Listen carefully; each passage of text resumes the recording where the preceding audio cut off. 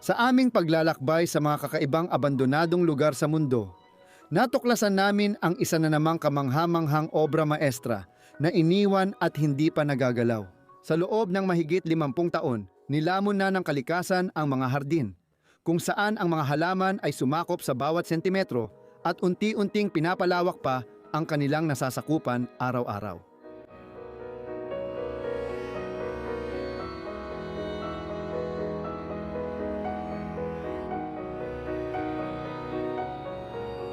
Si Ginoong Jean-Jacques, isang mapagkumbabang Pranses, at ang kanyang pamilya ay nanirahan sa napakagandang lugar na ito.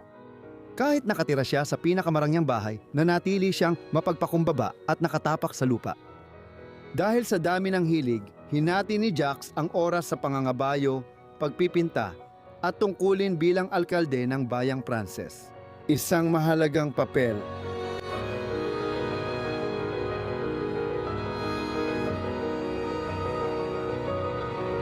Maliban pa sa iba niyang responsibilidad, si Jacques ay tapat na padre de pamilya at matagumpay nilang napalaki ng kanyang asawa ang 11 anak sa bahay na ito. Ang mga petsang nasa bahay ay tumigil noong 1969 at simula noon, parang hindi na nagalaw ang lahat. Ang mga kasangkapan sa bawat silid ay nananatili kung paano ito dati, na may magagandang kama na parang paraiso at mga tradisyonal na French slate na kama na naroon pa rin.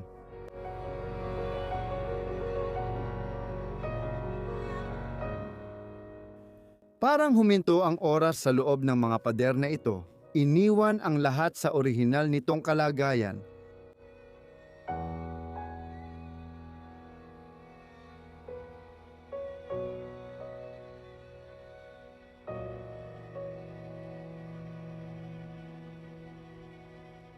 Ang mga painting ni Jacques na naiwan sa bahay ay nagsisilbing paalala ng kanyang presensya.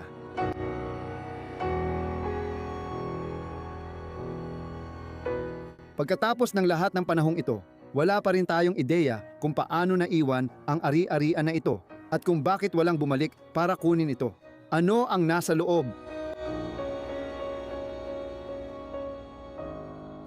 Sama kayo sa aming pagpasok sa mahiwagang mundo ni Ginoong Jacques at pamilya niya.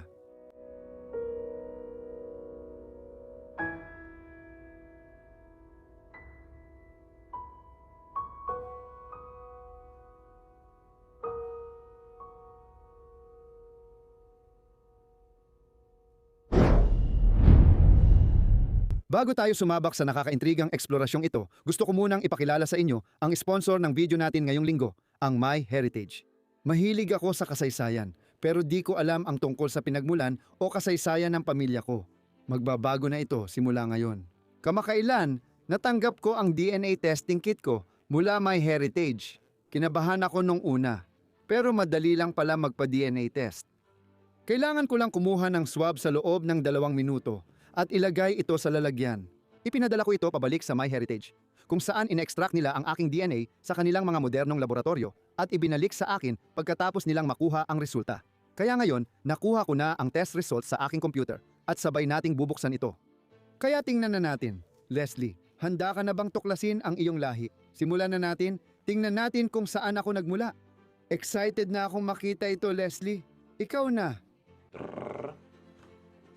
66.4% Hilaga at kanlurang Europeo, malinaw na dahil nakatira ako sa Belgium.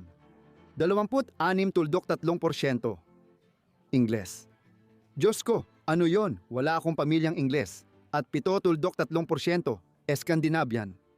Ang astig nun at sobrang proud ako na maging bahagi ng grupong Scandinavian. Gustong gusto ko ang mga bansang yon at mahilig akong mag-explore doon, kaya sobrang astig talaga. 26.3% Ingles ako, kaya baka may Ingles akong kamag-anak na di ko alam. Sige, tingin ko kaya ko. I-click dito sa tingnan ang buong ulat ng lahi. Oo, at makikita ko ang buong ulat ng lahat. At mas detalyado pa, makikita mo dito. Pransya, Belgica, Alemanya, Netherlands, Luxembourg. Diyan banda ako nagmula at ang mga bilog na ito ay nakasentro doon sa paligid kung saan ako nakatira. Kaya halatang halata. Kaya napakatumpak nito sa aspetong iyon. At makikita mo rin na 26.3% Ingles at 7.3% Scandinavian. Astig, kita mo rin ang mga bansang kaugnay mo, pati mga rehiyon at dagdag na genetic group na Netherlands. Oo, halata talaga. Nakatira ako sa Belgium, pero Dutch ang nanay ko mula Netherlands. Kaya doon karamihan ang pinagmulan ko. Tingnan natin, may tab na DNA matches. Oo. Sa tingin ko kamag-anak ko rin ang mga ito at nagpa-DNA test sila sa MyHeritage kaya nakikita ko sila rito. Pamangkin siya mula sa mga magulang ko at pamangkin din siya sa ikatlong antas ko. At may pinagbahaginan din kaming DNA. 1.5% na magkapareho ang DNA namin. Napaka-interesante niyan. Kaya kung interesado ka ring malaman ang sarili mong lahi, i-click mo lang ang link sa description. I-scan ang QR code sa screen at gamitin ang BROSOFDK para sa libreng shipping sa order mo. Salamat sa MyHeritage sa pag-sponsor at sa masayang karanasan. Simulan na natin ang epic na paglalakbay. Welcome back sa lahat sa Bros of Decay. Ako si Leslie at gaya ng dati nasa likod ng camera. Kasama natin si Ginong Danny. Hello sa inyong lahat. Narito tayo sa Pransya at nakakita ng isa pang kamanghamanghang lugar. Itong bahay na ito ay itinayo pa noong 1800s at gaya ng nakikita ninyo mula sa likod bahay, matagal na itong napabayaan. Danny, anong papeles ang nakita natin sa loob? Di ako sigurado pero mukhang iniwan na ito mula dekada 60. Oo, parang ang huling nakita ko ay mula pa noong ika-10 ng Agosto, 1969. 55 taon na ang lumipas. Iniwan na ito at makikita mo pa rin mula sa likod bahay. Excited akong galugarin ang lugar na ito dahil mahilig ako sa mga inabandonang lugar na madalas may sinaunang bagay sa loob. Mag-ingat ka kasi may mga matutulis na halaman dito sa likod bahay na pwedeng makasugat sa'yo. Oh, Sige, ang mga tinik na to, grabe. yan ang salitang hinahanap ko. Tinik, wow, ang gandang bahay mga kaibigan. Itinayo noong 1800s ng pamilyang Brangi, isang Pranses na nanirahan dito.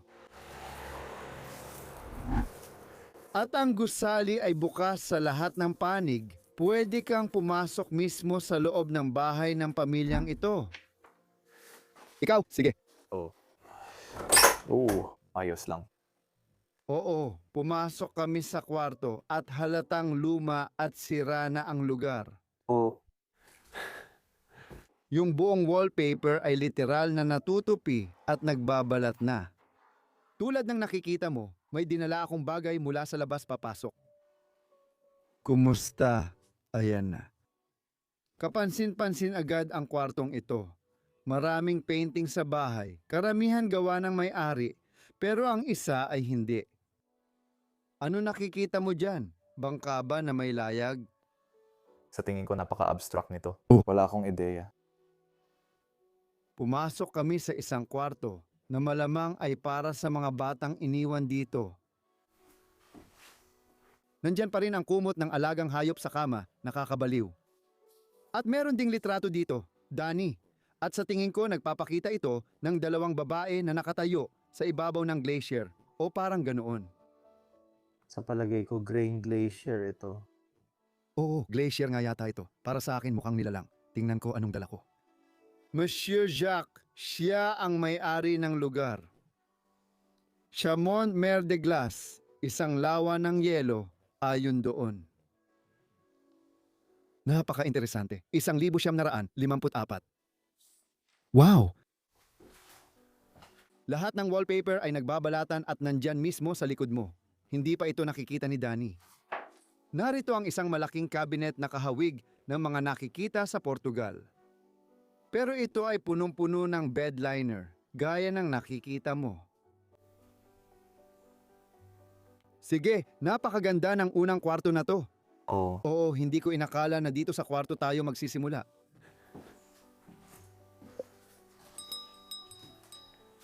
Ano to? Ang experimental ng paintings dito. Mukhang barko rin. Oh. Ang ilog at isang maliit na bahay sa isang magandang parang. Sige, mag-ingat ka. May wallpaper sa sahig.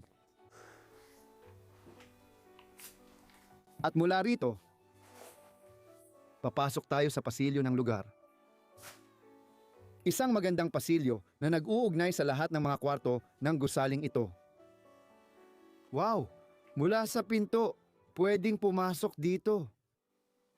May maliit na chandelier o parol dito, Danny. Mas gusto kong sabihin, may asul na stained glass dyan. Wow. Talagang maganda ito. Sa totoo, kailangan mo ring ipakita sa taas ng alok mo na bumagsak ang buong kisame kapag tapos ka sa parol. Wow. Oo, gusto ko ring ipakita ang side na ito dito. Palagay ko, manlalakbay ang mga taong ito noon. Alam ko ang may-ari ng lugar na ito ay ang alkalde. Pero napakarami nilang mga mapa dito sa bahay ng Pransya at ng iba pang mga bansa. Pati na rin maraming mga dokumentong nakakalat sa lugar na ito. Halimbawa, mula pa ito noong Agosto 15, 1937. Kita mo, talagang nakakabaliw yon. Postcard, sulat kamay na liham, at iba pa, lahat ay nariyan. Pati nga mga olibo. O ano ba yon? Oh. Olibo! Wow! Lahat nakaimbak dito, nasa loob pa rin ng kabinet ng gusali. Pwede ka pang magpatuloy. Tingnan natin kung ano pa ang meron dito. May ilang mga painting sa gilid. Painting ba talaga to? Oh. Oo nga, totoo rin pala ito. Maganda ito. Tiyak magugustuhan ito ng art lovers. Ano ang ibig sabihin ng painting na walang pirma? Para ba ito sa sarili nila? Malamang mula ito sa bahay. Sige, Madalas hindi binebenta ang painting na walang pirma. hindi. Kalokohan yon. Halimbawa, dito may pirma. Nakalagay J, pero hindi ko mabasa ang apelyido. Magandang gubat, puno at bulaklak. At pagkatapos, isa pang pintura ng isang lalaki dito sa ibaba. Para sa akin, pintura ito ng lalaki. Oo, maaaring ganun nga, oo. Sa tingin ko rin, Sinusubukan kong iangat ito. Sa tingin ko, sabi ni Bergier. J. Brangi, kung tama ako. Jack Brongi. Siya ang tao ng lugar na ito. Ipakita rin natin ang bahaging ito. Tingnan mo ang isa pang painting sa ibaba. pahaba ito. Di ko alam ang gagawin ko dito. Ilog ito. Ay wow! May nagsisid ngayon. Oo, medyo malabo ito nung una. Kahit 50 taon nang napabayaan, may naiwan pa ring larawan ng mga taong ito. Parang siya yung lalaki sa painting. Oh,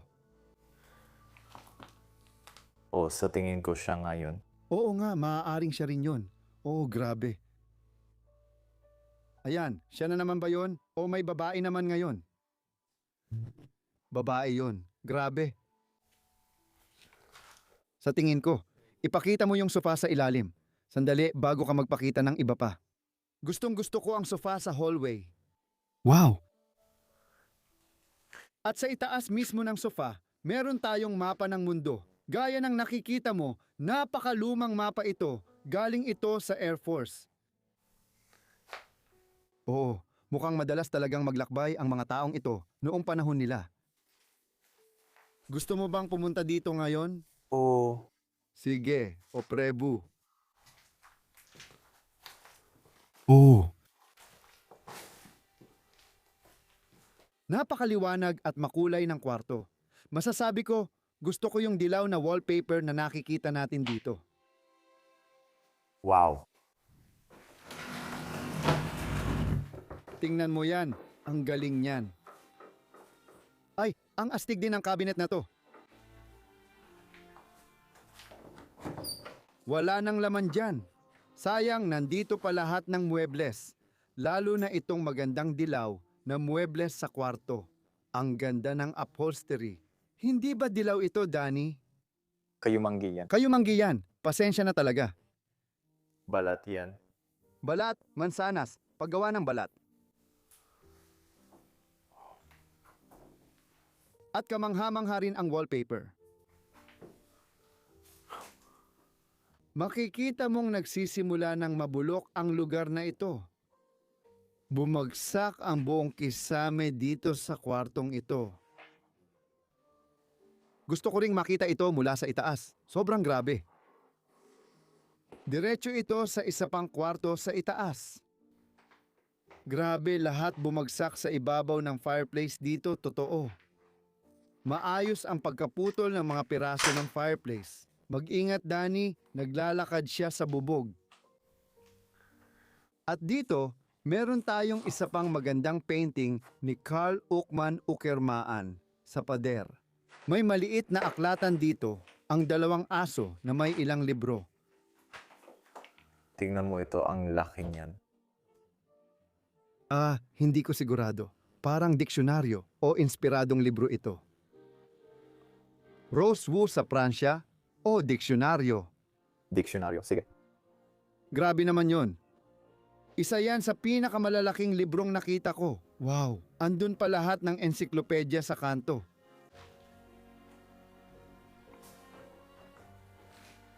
Meron tayong interesanting bagay dito. Tingin ko, ito ay liham na may mga sulat na mukhang kalkulasyon sa ibabaw ng 27,000 minus 600. At nagkalkula ako roon noong 1,936. Ang mga nakatira rito ang gumawa nito at lahat ay sulat kamay na kursibo. Gusto ko rin talaga ang mga iyon. Ito na yung papel na binanggit ko, Danny. 1,969 ng Agosto. Iyon ang huling petsang nakita ko dito sa lugar na ito. Malaki ang upuang nakatabi sa lampara. Malamang ito ang inupuan ni Jack, ang may-ari ng lugar na ito. Ilang piraso pa ng magagandang kasangkapan sa bahay na ito. Makikita mo rin ito dito. Sa ilalim ng wallpaper, palagi rin silang naglalagay ng dyaryo bilang palaman. Tingnan mo, wallpaper sa taas, dyaryo sa baba. May mesh din bago iyon at lahat ay para sa dagdag insulation ng kwarto. Sige. Tara na. Heto, pumasok tayo sa isa pang kwarto dito sa lugar na ito. At dati itong kainan ng bahay na ito. Sa hapunan pagkatapos ng trabaho, nag-uusap ang pamilya tungkol sa trabaho. Hindi ko pa nasabi sa iyo na si Jacques Jean-Jacques, may-ari ng lugar na ito, ay naging alkalde rin dito at marami siyang nagawa. Sa tingin ko, nagkabayo siya at naging social worker sa Unions Party. Marami rin siyang ibang trabaho. Isa siyang taong nagmamalasakit sa komunidad at paggawa ng mabuti dahil hindi madali ang maging alkalde sa Pransya. Kontrolado nila ang marami sa bayan at gumagawa ng magaganda rito. Tingnan mo, siguro si Jack na yon. Malapitan na larawan ni Ginoong Jack. Hindi yan ang bahay, nasa ibang lugar yan. Pero ito ang bahay. Oh. Ito ang bintana sa pinto at mga bintana. Oo nga, tama. Wow, nakatayo siya dito. Sa harap mismo ng bahay niya, ang galing. Ayan na naman sila, ibang kotse na naman. Naamoy ang alak at may konting likido sa mesa. Mukhang alak o inumin yun. May larawan ng kabayo doon. At siguradong ipakita rin ang pelus o ang tela sa pader, ang telang meron tayo dito. Maganda kasama ang mga dragon. Wow, kakaiba talaga ang kwartong ito. May upuan ng bata sa sulok. Karaniwan ito sa Pransya at madalas naming makita. Itong painting na tinitingnan ko kanina ay sobrang interesante. Ipininta ito noong 1946. Ipininta rin ito ni Jack, ang may-ari ng lugar. Bukod sa lahat ng iyon, mahilig din siyang magpahayag at lumikha ng magagandang likhang sining. Tulad ng nakikita mo, Sa tingin ko, pintor talaga siya. Sa tingin mo, ganun nga. Oo, parang sa litrato, mukha talaga siyang pintor. Oo. Oo, nakita namin ang maraming likhang sining sa bahay na walang pirma, kaya sigurado kaming gawa niya ang lahat ng iyon. Oo, malamang. Mukhang lohikal, lalo na't may pirma niya. Napakagandang cabinet dito. Pero kung lalapit ka, makikita mong may pangalang J. Mohel ito. May isa pang drawing na painting. Totoo ba? Lapis ba ginamit dito? Oo, Maganda. Lahat ng painting ay nagpapakita ng kalikasan, gusali at labas. Talagang maganda. Siyempre, mas marami pa rito sa side ng pader. Parang tanawin sa Alps. Wow! Kasama pati ilang stuffed na ibon sa ibabaw ng fireplace. Ito. Nakaranas na ng mas magagandang araw. Ito'y ginawa noong 1946. Lahat ng tao. Wow! Pwede mo ring ipakita yung fireplace dito sa kwarto. May salamin sa ibabaw at fireplace sa ibaba. Nandito pa rin yung maleta. Siguro ito yung ginamit ni Jack sa paglalakbay niya sa buong mundo. At mukhang gawa ito sa balat ng buhaya o kung anuman. Balat ba talaga ng buhaya yan? wala akong alam dyan. Mukha namang ganoon. May ilang bote pa ng alak na nakatayo pa rin doon sa ibaba. Titingnan ko lahat ng guhit at pinta sa mga kwartong ito. Magandang Griego dito. May mga puno sa likuran. Wala na namang pirma. Wow! At dito, mayroon pa tayong ilang liham. Mula sa liham na ito, nalaman ko na si Monsieur Branger ay siya ring alkalde ng bayan na kinaroroonan natin ngayon. Maraming liham para sa kanya at sa alkalde at nababanggit din ang kanyang pangalan. Isa pang kahanga-hangang likhang sining mula 1924 ito ay mula sa magandang pagkakagawa. Oh, tingnan mo dito. Naaalala mo ba yung painting na nakita natin doon sa kanto? Oo, Ito rin yung parehong simbahan. At ito rin, wala ring pirma sa ibaba nito. At pagkatapos, sa gitna ng kwarto, nandito ang hapagkainan. Kumpletong hapagkainan para sa pamilyang dating nakatira dito na dito sila kumakain. Nandito pa rin lahat ng liham nila na naiwan. Pati mga susi ng bahay nakakalat pa rin sa mesa. Tingnan mo rin ang parol at ang palamuti sa itaas.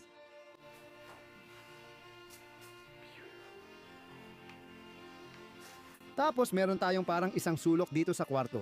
May mga libro pa at iba pang gamit at sa ibabaw nito, pati na rin ang mga baso. Di ako sigurado kung sino ang huling tumira dito. Yung may-ari ba mismo o asawa niya? Hindi ako sigurado. Oh, pwede rin. hindi ko sure kung painting yon or dun lang nilagay. Mukhang dito niya hinalo ang mga kulay o parang ganun ang itsura. Pero may pirma naman ito. Oo nga, totoo. Ang single. Credit M o credit ay yung kamay doon at parang binubugbog nila yung isang tao na malamang hindi nakabayad ng utang niya. Tulad ng nakikita mo.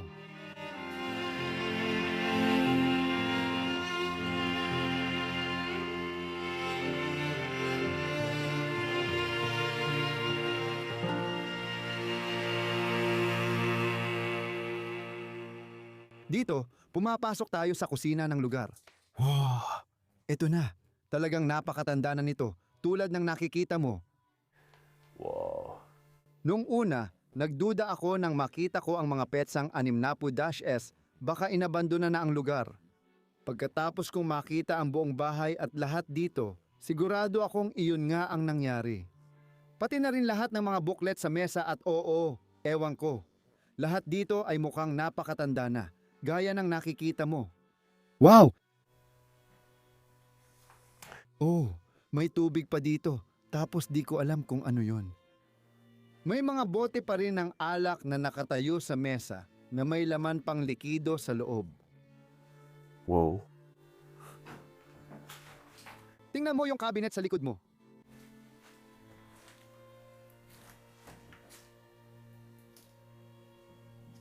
Yung stuff na ibon. Oo, nakahiga lang siya sa likod ng cabinet. Dapat nakasabit yan sa pader, sa tingin ko. Oh. Oh, Wow! Siguro kung siya ang gumawa o nangolekta ng mga yon. may isa pa doon. Grabe, ang dami nila kahit saan. Dapat nakasabit talaga sila sa pader, tama ka. Dapat yan ay nasa loob ng bahay. Wow! Pati dito may patay na buhay, tulad ng nakikita mo. Ay wow! 2 pheasant handa ng lutuin. Karaniwan talaga ang wallpaper na to sa kusina, tulad ng nakikita mo. Kitang-kita ang mga sapot ng gagamba sa kwartong ito. Makikita dito ang fireplace na nagpapainit. Matagal nang di nagagamit ang kwarto, pero andoon pa rin ang mga tipak ng kahoy sa tabi. Wow. Sino kaya ang taong ito? Iginuhit ito kaagad matapos ang digmaan noong 1946. Maganda ang lapis, guhit na naman, tama? Sa tingin ko parang... Ganun ba? Crayola? Oo, parang Crayola kasi maraming kulay doon. Wow, may maliit tayong kusina sa gilid. Silipin natin sandali. Nandito pa rin ba lahat ng gamit? At pati ba itong mga built-in na cabinet dito? Walang laman ang ref ngayon. Masaya akong walang laman. Pwede ka ring pumunta sa basement dito. Siguro dapat nating tingnan yon. Hindi, tingin ko di mo kaya. Diyos ko, delikado yan! Wow! Hindi! Ako! Siguradong ayaw mong gawin yan! Hindi! Sige! Umatras muna tayo ng kaunti! Ipakita mo yung painting sa kanto. Hindi pa natin napapakita yan. Yan ba ang parehong bayan? Hindi ko alam. Ang dami niyang mga bayan na ipininta sa paglipas ng mga taon. Ang ganda. Dito, mas maraming baso ang naiwan gaya ng nakikita mo. Wow! Ang tanda ng kusina na to. Oh. Nandito na tayo, balik tayo sa pasilyo ng lugar. Sige, ito ang magdadala sa atin sa itaas. At para sa akin, ito ang paborito kong parte ng bahay. Tingnan mo, nabibitak na ang buong pader at parang bumabagsak na ang bahay sa gilid na to. Anong palagay mo? Sa itsura ng bahay? Sa tingin mo ba mayaman ang mga tao dito o hindi? Sa tingin ko, normal lang, medyo mas mataas lang sa middle class, tama ba? Hindi. Hindi, sa tingin ko hindi. Sa tingin ko hindi. Sa palagay ko. Sa tingin ko hindi. Wow. Ang bahay ay normal lang, pamilya. Oh, pero napakalaki ng pamilya. At dito, papasok tayo sa isa sa mga unang kwarto sa itaas. At ito ay talagang napakaganda. Sa personal kong opinyon, gustong-gusto kong makakita ng mga French heaven bed palagi. Minsan makikita mo sila sa iba't ibang lugar, sa mga kastilyo o sa mga karaniwang bahay tulad nito. At sa tingin ko, nandito sila. Mas kapansin-pansin pa dahil parang gawa talaga ito ng kamay. Gustong-gusto ko ang itsura nito. Itong mga pulang kurtina na nakapalibot dito na isinasara kapag matutulog ka na. Hindi na masyadong gumagana ng maayos. Gumawa pa rin sila ng magagandang pulang sapin ng kama doon. Gustong-gusto ko ito. Kailangan mag-ingat dito. Wow, mukhang delikado talaga yan. Oh. Yung nightstand, lahat ng bote ng pabango at lahat ng gamot, gaya ng nakikita mo, nandyan pa rin. Dito, may isa pa tayong guhit sa pader ng bayan. Magandang bayan sa Pransya. Nandito pa rin pati ang mesa at lahat ng gamit dito. Ano to? Tapos na. Mukhang bote ng inumin. Oh, Dito mo nilalagay ang alak pag maglalakad ka. para ito sa tubig. Sa tingin ko rin. Oo, parang pouch lang siya. Pati mga nota ng musika, nakakalat pa rin. Ang gusto ko sa mesa na to ay may mga ganito, tulad ng nakataling dyaryo na may pangalan ng may-ari ng lugar. Nakuha niya ulit ang mga ito noong 1969, kaya ang huling petsa ay Agosto at mula Mayo ang mga dyaryong ito. Kaya mga 2 buwan iyon bago, hindi, 3 buwan bago malamang na iniwan ang lugar na ito. Dito naman may isa pang nakataling sobre na punong-puno ng sulat kamay na liham sa mesa. Handa na sanang basahin, ngunit hindi na nila nabasa. Nakita rin niya ang isa pang magandang painting sa ibabaw ng fireplace. Mukha na itong isang abandonadong bahay. Ang painting na may butas. Sige, oo, gagawin ko. Oh, ipinakita mo na ba ito? Maganda rin yan. Parang ibon. At ano ang nasa loob ng cabinet na yon? Mas maraming papel, alcohol. Alcohol. Ah, hindi totoong alak, parang rabing alcohol. Oh, maraming sulat. Naisip pa nga nilang gawing kapareho ng kurtina sa kwarto ang kurtina sa kama. Isang malaking aparador dito sa kwarto, puno ng mga kumot at tuwalya at lahat ng kailangan nila. Sa mesa na yon, meron kang parehong kettle na ginawa nila. Siguro, ito ay galing sa mga batang naglaro gamit ang mga laruan na ito na nakakalat pa rin dito. At sa tingin ko, maaaring sila rin mismo ang gumawa nito. Wow! At ang pintuan, pati na rin ang kurtina dito, ay magdadala sa atin sa susunod na kwarto na isang bulwagan, lahat ng tao. Napaka-overthrow ng lugar na ito, pero gaya ng nakikita mo, isa ito sa mga banyo ng bahay. Marami pang naiwan dito. Ano ang mga ito? Palda, bestida, o kurtina ba para sa babae? Wow! Isang lumang patalastas. Mula doon, pwede tayong pumasok sa isa pang kwarto ng bahay na ito. Ito rin ay talagang kamangha-mangha. Talagang gusto ko yung mga kama na may kurtina sa itaas dito. Mahal ko ang kwarto. 2 kama pa ang ayos pa rin. 2 bata siguro ang magkasamang natulog dito. May nightstand sila sa gitna na pinaghahatian at may interesante ring bagay doon. Doon makikita natin ang isang sombrero para sa pagsakay ng kabayo. Tipikal na sombrero na ginagamit sa pagsakay ng kabayo na madalas mong makita kapag tumatalon o gumagawa ng mga tricks ang mga tao kasama ang mga kabayo. Ano ang larawan sa likod niyan, Danny? Larawan ba talaga yan? Oh, larawan nga.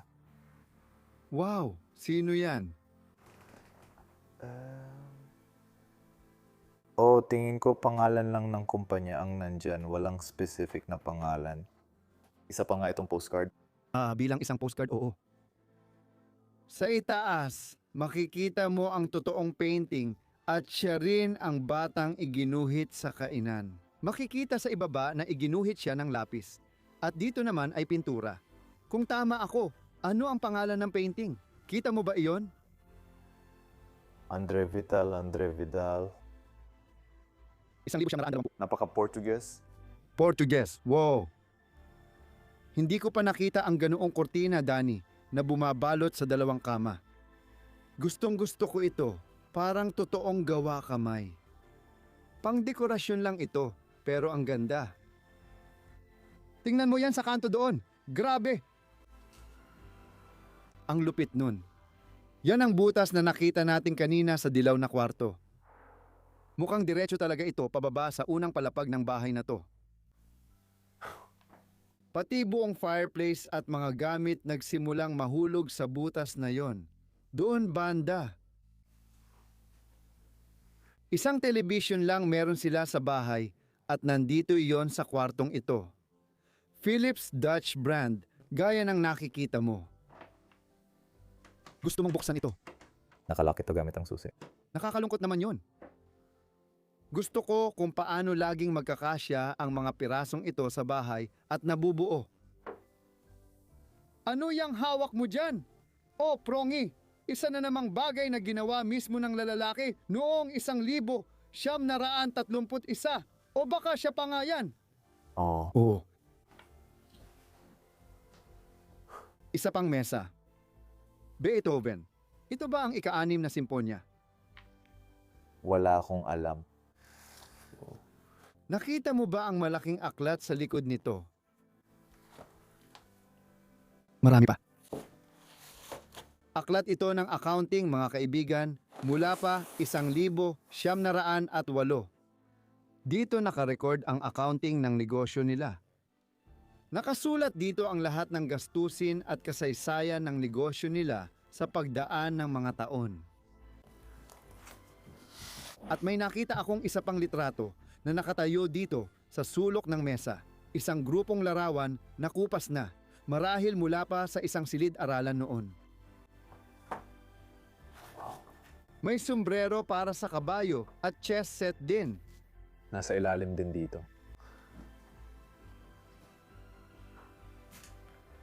Napakalaking aparador.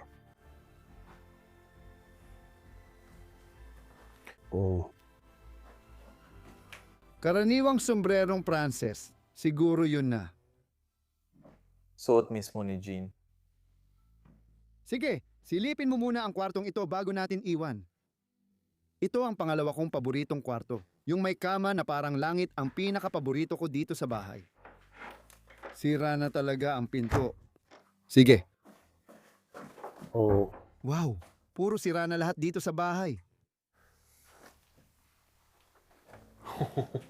Oo, tungkol sa sira. Yung buong cabinet bumagsak mula sa itaas, gaya ng nakikita mo, muntik na talaga itong bumagsak sa sahig sa ibaba. Grabe, siguradong nakakagulat yon nung bumagsak. Sobrang grabe nito. Ibang klase talaga to. Ay, mas marami pa palang litrato dito. Parang ski resort yata to o kung anuman. Pumunta sila sa Ang Agila. At isang atlas ng Pransya para sa pagmamaneho rin. Wow! Oh. Naku, nakakainis naman yan. Nasira at nagkahiwa-hiwalay ang bahagi ng painting na ito.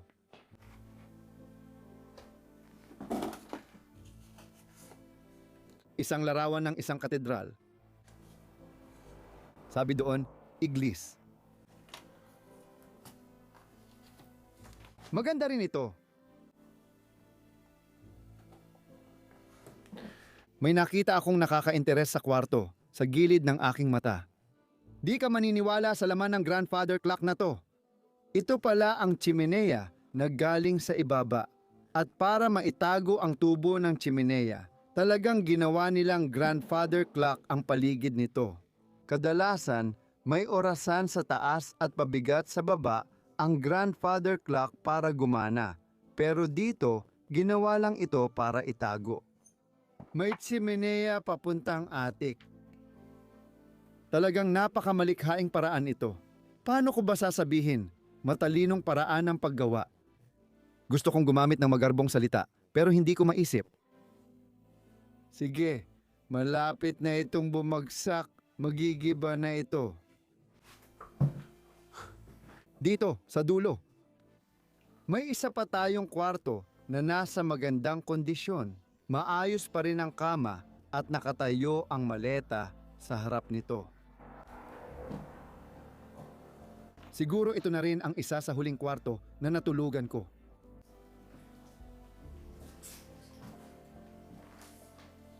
Dito sa sulok ng kwarto, may magandang painting ng French town na may malaking katedral sa likod. At saka, muli, hindi ay hindi. Itong isa ay may pirma at sobrang kupas na. Marami pang mapang nakatayo sa kwarto. Mukhang napakatandang mapa ang mga apartment ng Pransya. Hindi pa nga ito katulad ng telang ito, pelos ang ginamit namin dyan. Wow. Ang ganda. Itong babaeng nakasabit sa pader. May seryosong itsura siya sa mukha niya. Iyan ay isang tipikal na ginagawa nila. Isinasabit nila ang mga larawan ng kanilang matatanda, ng kanilang mga lolo at lola sa pader bilang paggalang sa kanilang mga ninuno. Apuyan na naman. Sa itaas doon, sa kanto, makikita natin ang isang panghipan na nakatayo. Wow! Sabihin mo nga, Danny, ito na ba ang pinakamagandang stroller na nakita mo hanggang ngayon? Hindi ako sang-ayon, ito ang pinakamalaki pero para sa akin, pinakamaganda pa rin yung nakita ko sa Portugal. Iba ito. Ito ba yung bahay ng lalaki na may tropeyo? Oo, ilalagay ko ang link sa taas. Oo, para sa akin, ito ang pinakamaganda sa mga nakita ko. Sang-ayon ako sa iyo. Kamangha-mangha talaga yung nakita natin sa Portugal. Naisip mo na bang mag-ikot sa bayan gamit ito? Siguradong nakakabaliw yun, di ba? At kahit na tumatalbog-talbog pa yan kapag sinasakyan mo. Plaka ba ito para sa stroller? Plaka talaga ito Pati dyaryo at iba pa ang laman doon. May kurtina pa sa stroller at tingin ko gawa ito sa ceramic o iba pa. Wow! Ang ganda niyan! Ipapakita ko mula dito kung gusto mo. Wow. Gustong gusto ko itong piraso na ito. At pagkatapos, isang napakalaking kabinet dito sa gilid na ito. Muli, punong-puno ng mga kumot. May ilan pang mga bagay dito sa ibaba. Mayroon pa silang banyo na nakakabit sa kwartong ito. May ilang mga gamit din sa loob, napakaliit ng banyo. May isang bagay kaming hindi na ibenta pero konektado ang bawat kwarto dito. Napaka-Francis na bahay. Bawat kwarto pwede mong ma-access ang iba mula rito.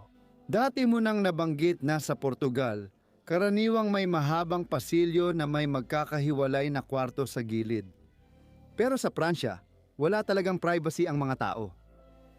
Kailangan dumaan ang lahat sa kwarto ng ibang tao para makapunta sa ibang parte ng bahay.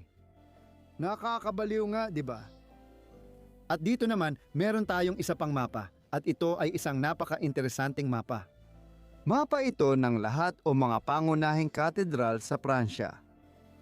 Halimbawa, dito sa Paris, meron kang Notre Dame at marami pang iba. Hindi ko alam ang pangalan. Siguro ang Mont Saint-Michel ay nandito rin. Sa tingin ko ito ang Mont Saint-Michel. Oo.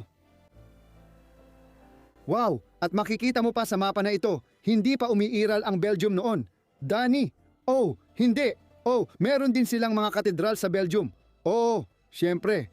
Oh, Bahagi ito ng Belgium na French. akala ko ito yon.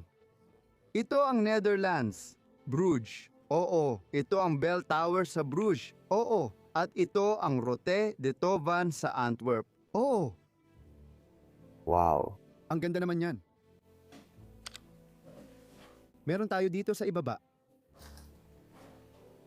Isang larawan ng kastilyo o chateau. Wow.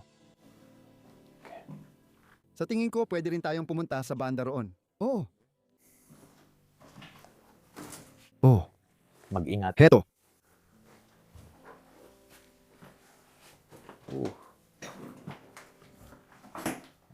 May mas marami pang makikita sa bahay na ito. Dito, may isang magulong kwarto. May kamalig din sa dulo. Oh, Anong meron ka dyan, Danny?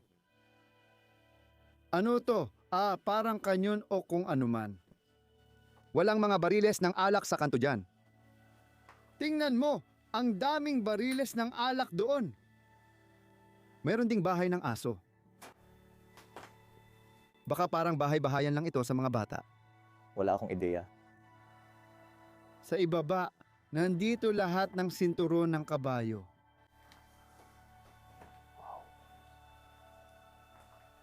It's amazing. Tingnan din dito sa ibaba.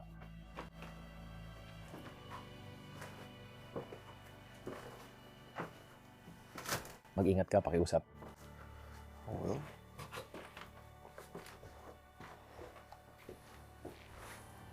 Hindi ko alam ang pupuntahan natin. May mga nakatagong kwarto ang bahay na ito. Parang may mga tagong pasukan sa bahay. Sa tingin ko, kahit may wheelchair na nakatayo dito sa ibaba. tinitingnan ko yon.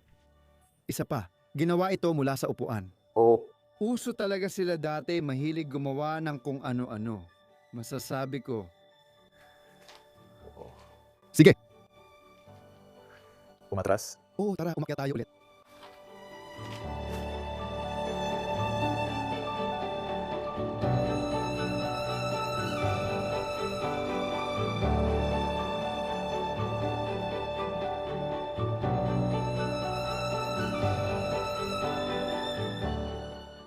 Isang huling beses.